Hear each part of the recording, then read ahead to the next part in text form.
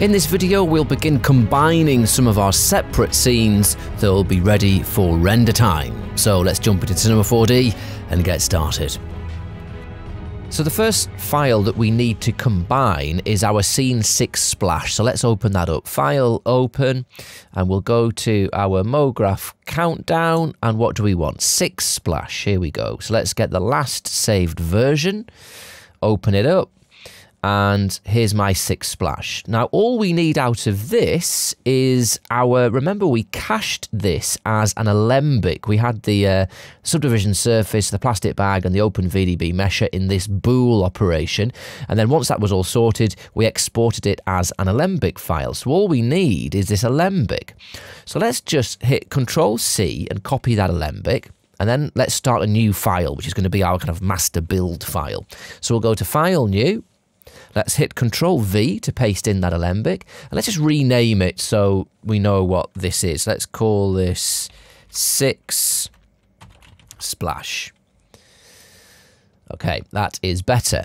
Excellent. And we're going to be incorporating elements of several of our other scene builds. So we really need to stay organized here. So let's just use some nulls to divide up our object manager. I'm going to go and create a new null. Let's rename this null and call it 6 splash. There we go. And let's put our 6 splash under there. Excellent. So before we move on further, let's just save this up and get organized within our folder structure. So let's go to File, Save As. And where do we want to be? We want to be in this kind of parent folder. And we want a new one. We're going to do this and keep it separate. So let's call this XP Countdown Render Builds. Okay, and let's go into there. And I'm going to make a new folder. And this one, we're going to call XP Countdown. Let's just get that right. Countdown, and then let's call this 654 Combine. All right, I'm going to copy that.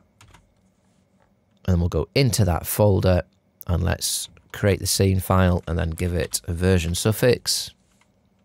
Save. Right, so now we're ready to get going in an organized way. Fantastic. So we have our 6 splash. There it is. We're going to need some more frames in our timeline. Let's put this up to maybe 200 for now.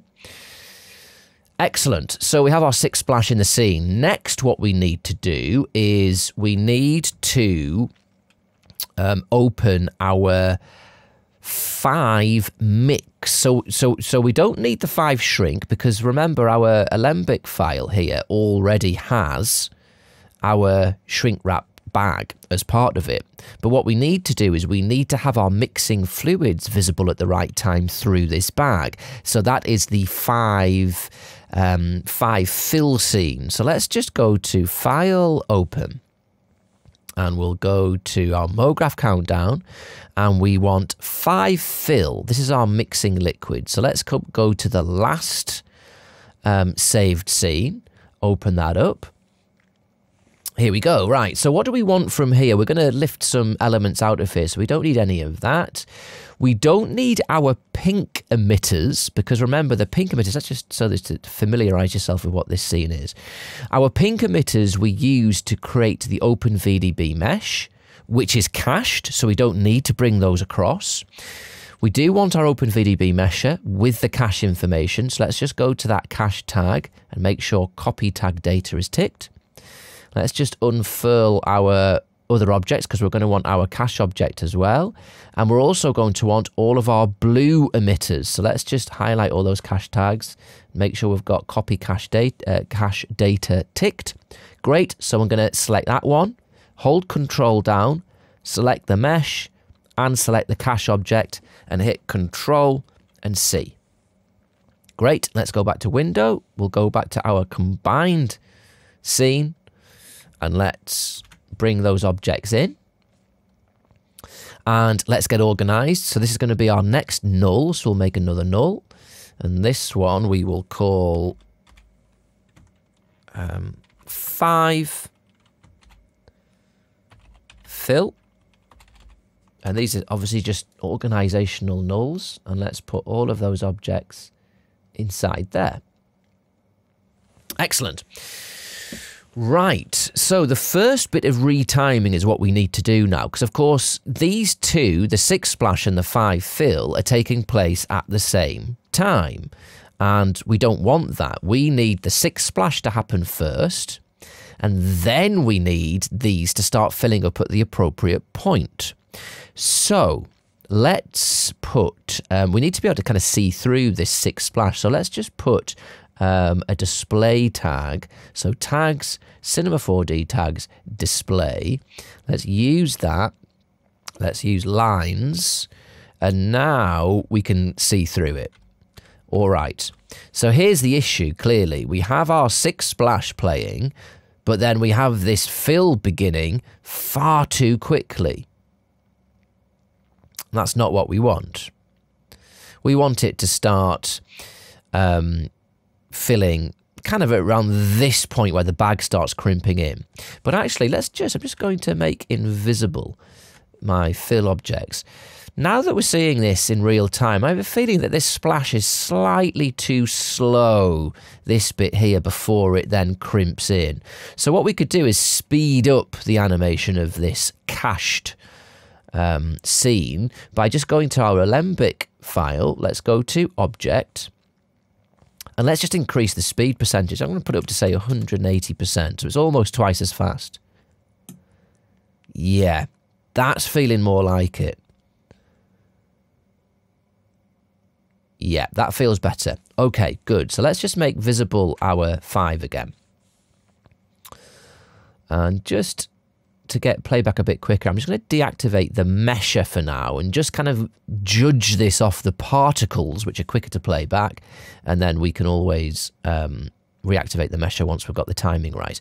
Okay, so now you can see that the fill is happening too quickly. We want it to start around kind of here, but it doesn't. It starts at, let's have a look, first frame is at frame 10, and we really want it to start at frame, say, 30. So there's 20 frames we need offset. So we can do that really easily. Look, let's just go to our cache object.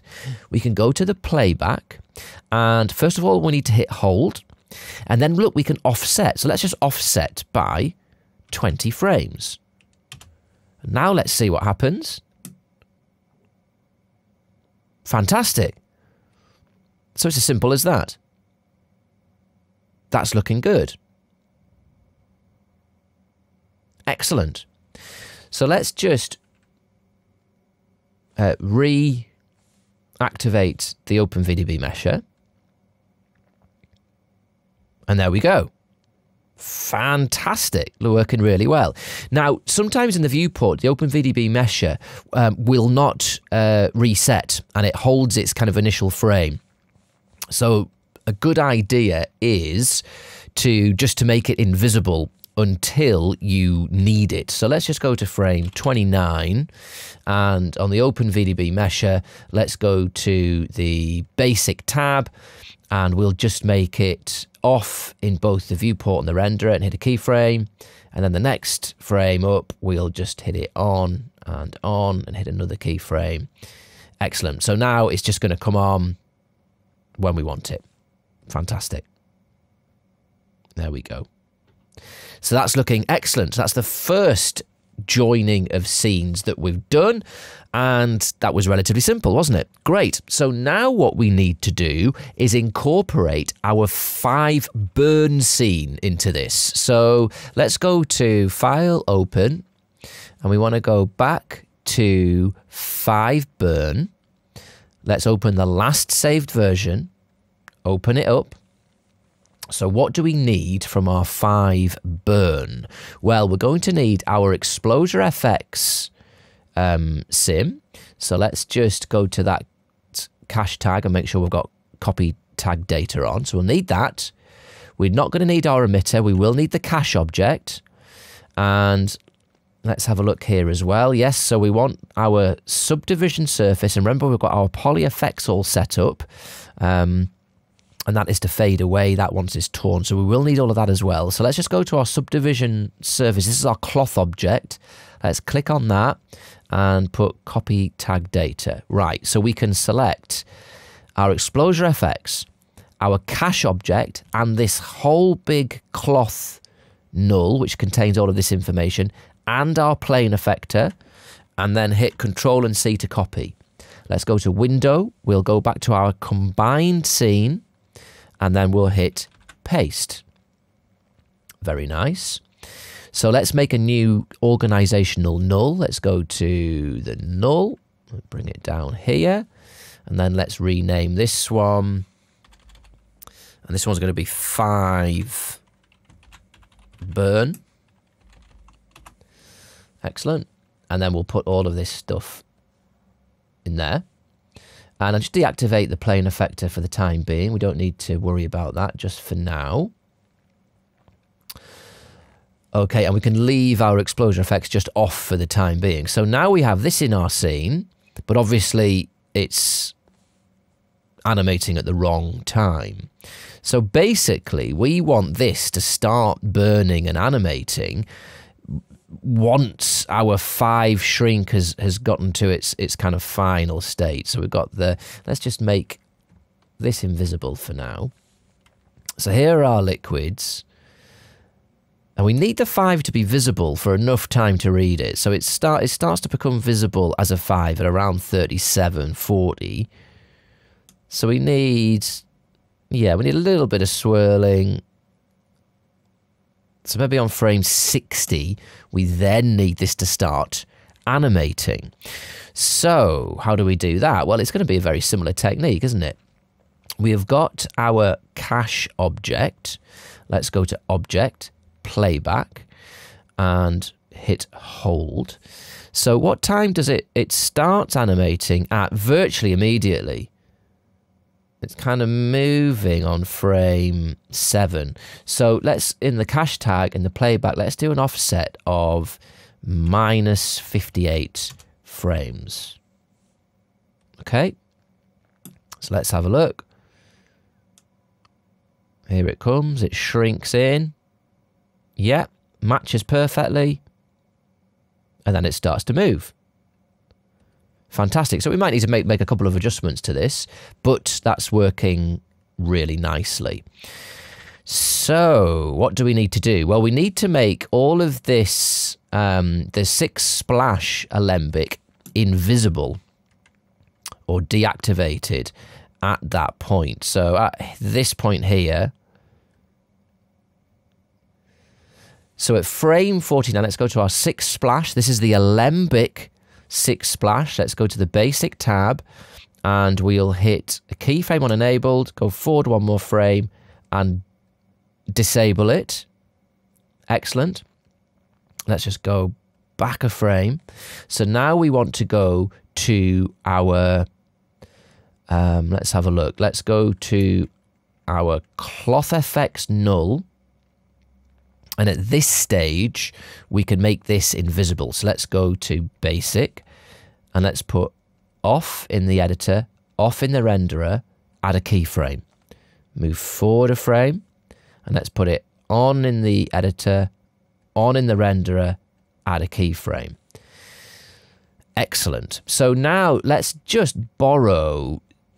So we've got the same display view. Let's borrow this display tag that we were using on our 6 splash. So I'm just going to hit Control and copy that onto our poly effects.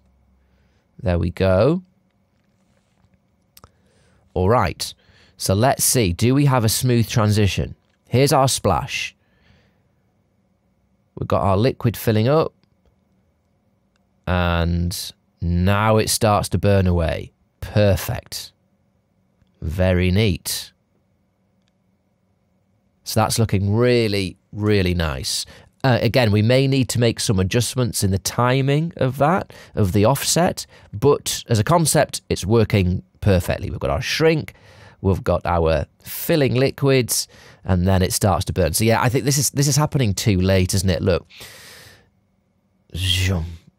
And then we kind of want it to start.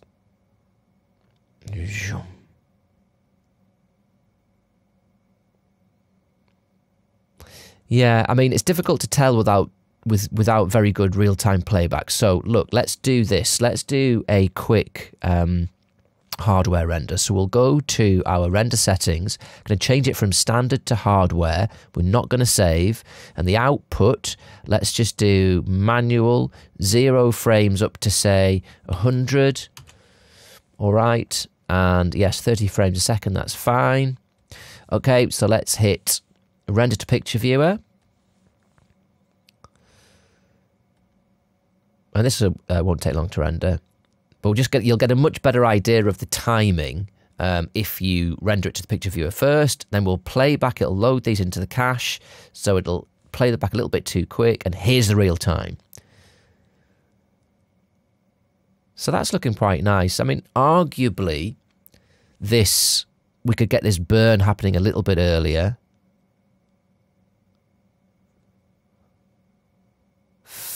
Yeah, I mean, I would say maybe, let's have a look, maybe 5 frames earlier. So it starts moving on frame 60. We could maybe do it on frame 55.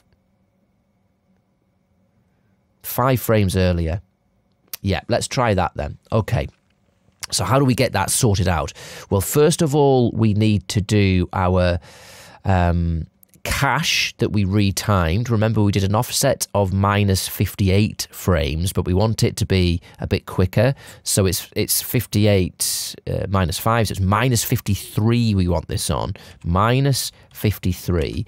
But then, of course, remember, we're going to have to change these keyframes that we sorted out. And we need to move these by 5 frames as well. So what I'll do to get that to work is let's do it in the timeline. So let's go to the timeline dope sheet and let's have a look. So we've got our 6 splash keyframes, and also we need to do our polyFX keyframes as well. So it's just these ones that we want to move, and we want to move them back. So at the moment they're on frame 49, so let's move it to frame 44. That's where we want to move them to. So let's grab hold of those and move them back. There we go. So now let's have a look. So we can get our mix.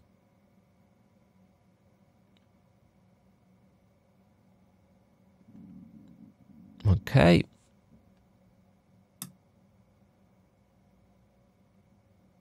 Yeah, so I think even arguably, we might even be able to go a little bit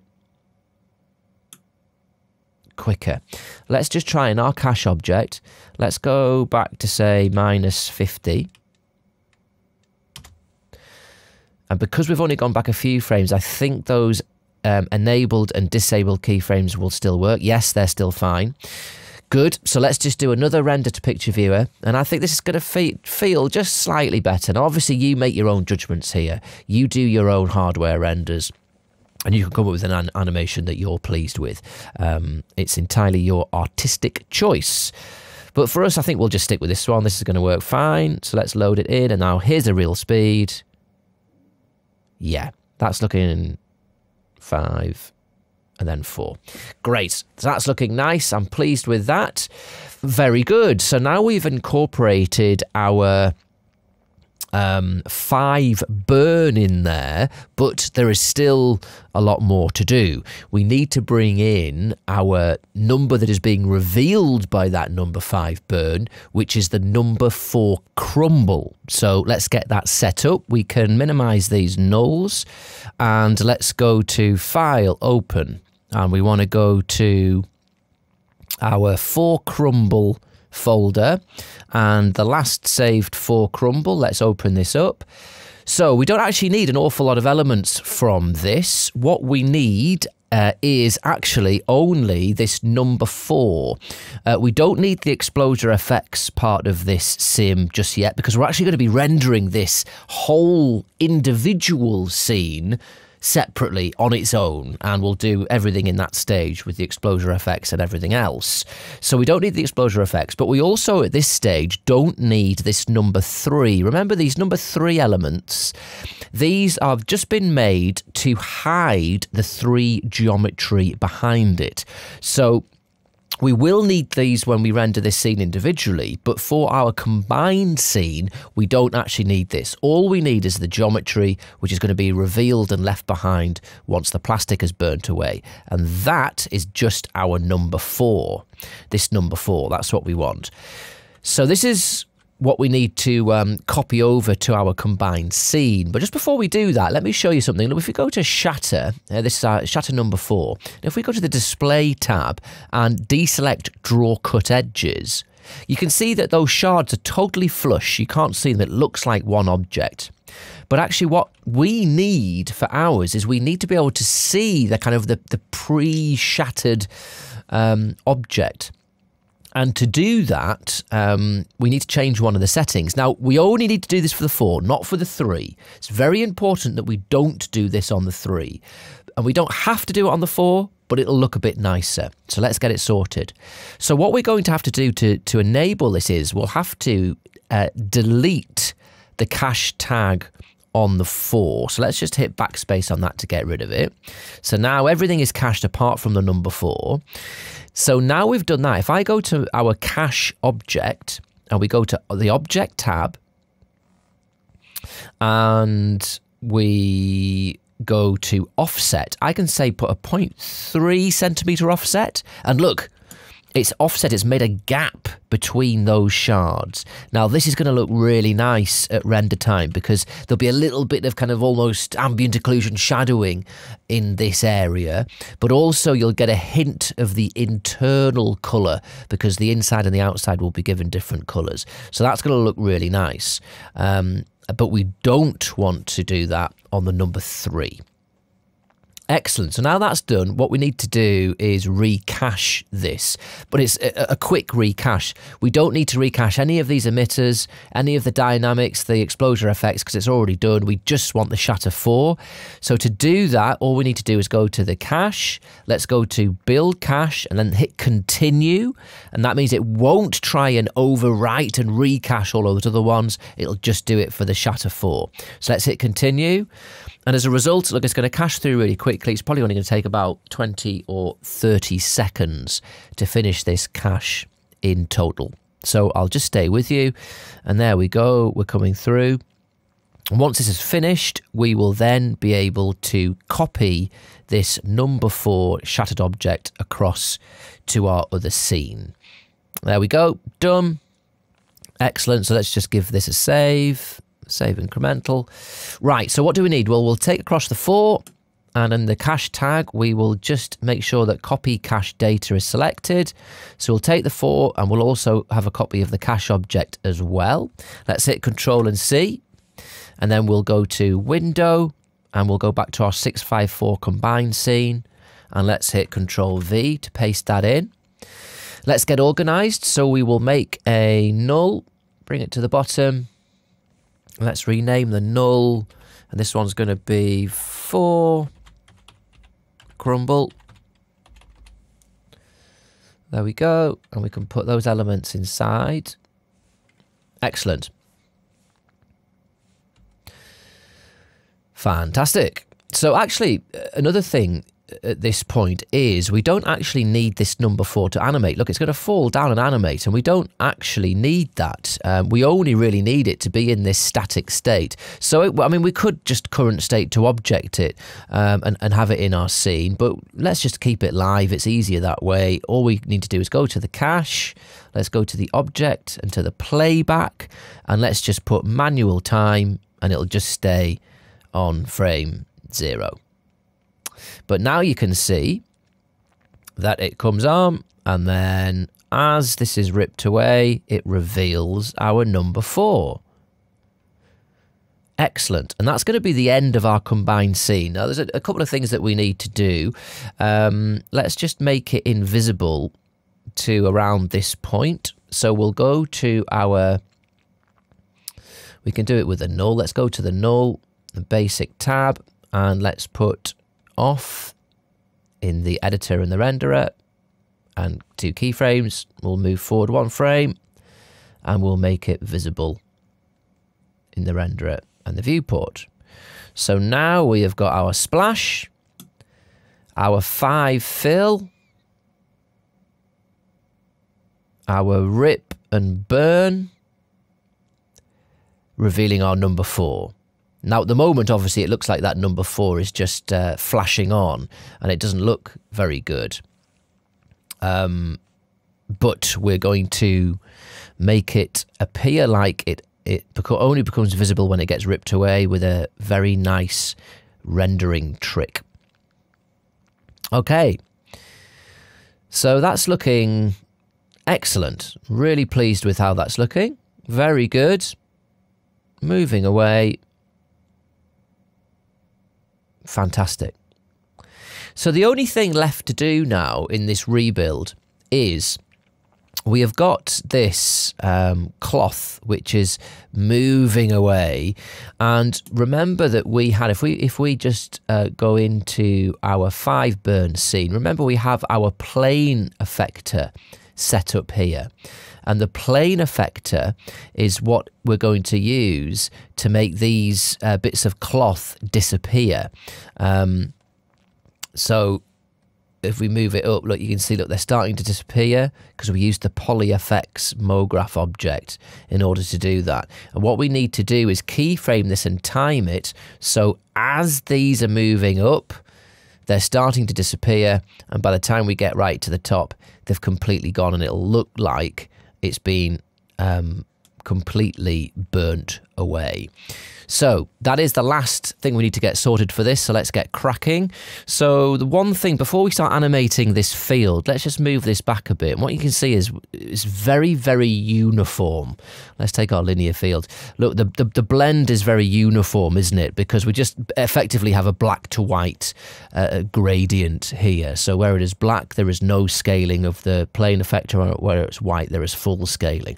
So what we need is to add a little bit more. Well, I mean, it would work like this fine, because most of it's going to be hidden behind the fire and the smoke anyway. But we can just make it look a bit more random by layering up these fields. So let's go to the plane effector, to the fall off tab, and if we bring in a well, hang on, let's just deactivate our linear field.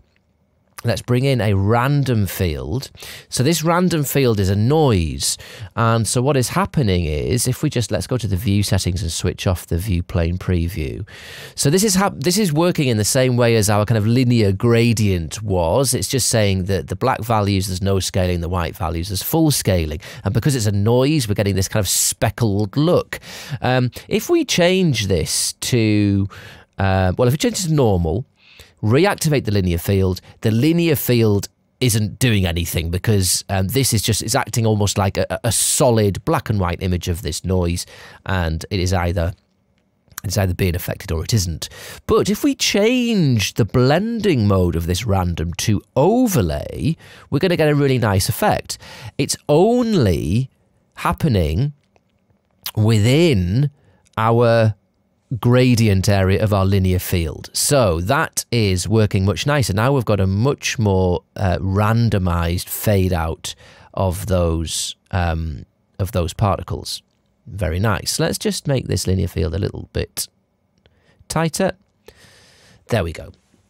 So it does look quite regular, because obviously we have this perfectly linear transition, but this is not going to matter for our project, because, as I said, this is going to be happening behind our exposure effects simulation. Right, so let's just get this down to where, before it starts to animate, let's move our linear field way down so it's not doing anything. Okay, so we'll go to our linear field, to the coordinates, and let's put some keyframes on our position coordinates. Excellent. Let's just dolly out a bit.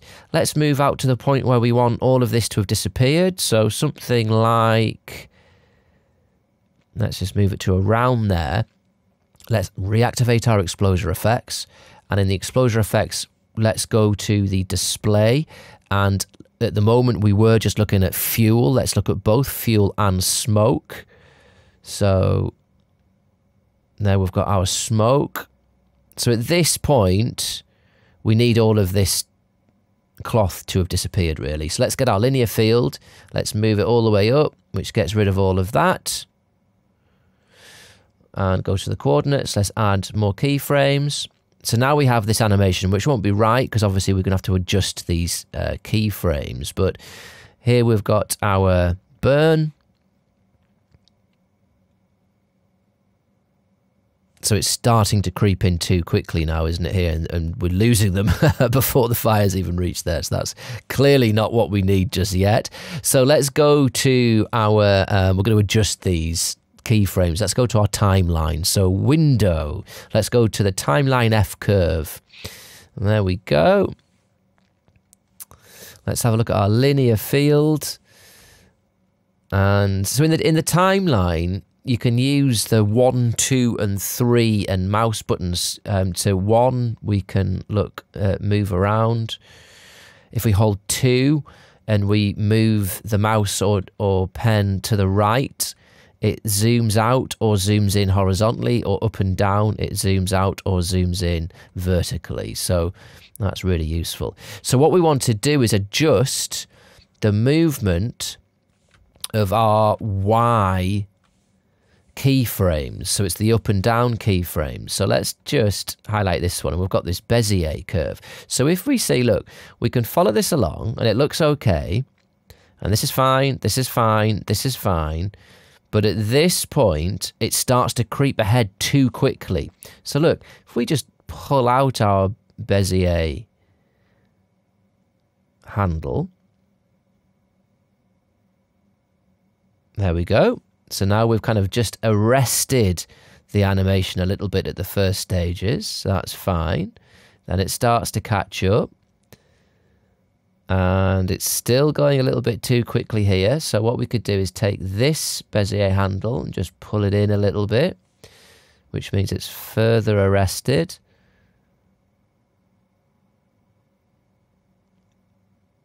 I think we're losing some of them a little bit too quickly here. So again, let's pull that in more. There we go. Up it goes. Let's just dolly in here. Yeah, so this is all underneath the smoke, so that's looking fine. And then it comes all the way up. That's looking pretty good, I think. So, of course, we can make more adjustments to this when we're in the actual rendering stage. Once we've kind of put materials on this, our Exposure Effects has got some volume materials on, and we're looking in the real-time preview, we can get a really good understanding of this transition and if it's working as we need it to. But I'm pretty pleased. In fact, while we preview this one, let's just go to our Poly FX to the Display tab and just disable that, so we're seeing it as a solid color. This will give us a nice idea. So here comes our smoke and fire sim. It burns it away, disintegrates underneath, leaving the 4. I think that's looking pretty good. Excellent. Okay, fantastic. So let's just hit pause, and let's just go to File. I'm going to save incrementally, so we've got that in the bag. So excellent. We've managed to combine very, very complex scene into its various different elements. And this was made easy because we've stayed very, very organized, and we cached everything and we renamed everything when we were caching. So all of those laborious steps that we took paid off because we were able to combine these scenes really easily. So we've got our 6 splash into our 5 shrink, our liquids mix, and then we've got our burning of our cloth, which then reveals our number 4 behind it. And we're going to get rid of this number 5 with rendering tricks, but this at this point, this rebuild scene is finished. So this one's done. Every other scene that we have in our folders can all be rendered individually as single scenes, and then we can combine all of those renders in the compositing stage.